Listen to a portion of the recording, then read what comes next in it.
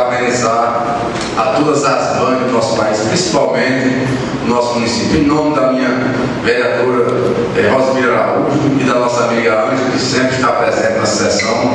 Eu parabenizo todas as mães do nosso município e do nosso Brasil. Eu quero dizer, em nome da minha mãe, eu tenho minha mãe de 78 anos e sempre passo lá quase todo dia que posso para tomar a bênção e dar um abraço à minha mãe, porque a mãe,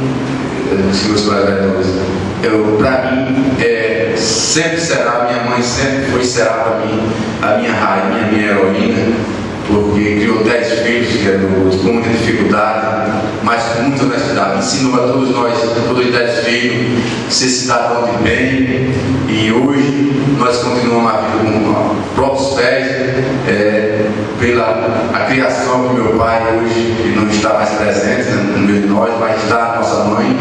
Então eu sei o que é ter uma mãe, e nós precisamos zelar por cada dia que ela estiver ao nosso lado. Isso é a minha mensagem, e digo que cada filho,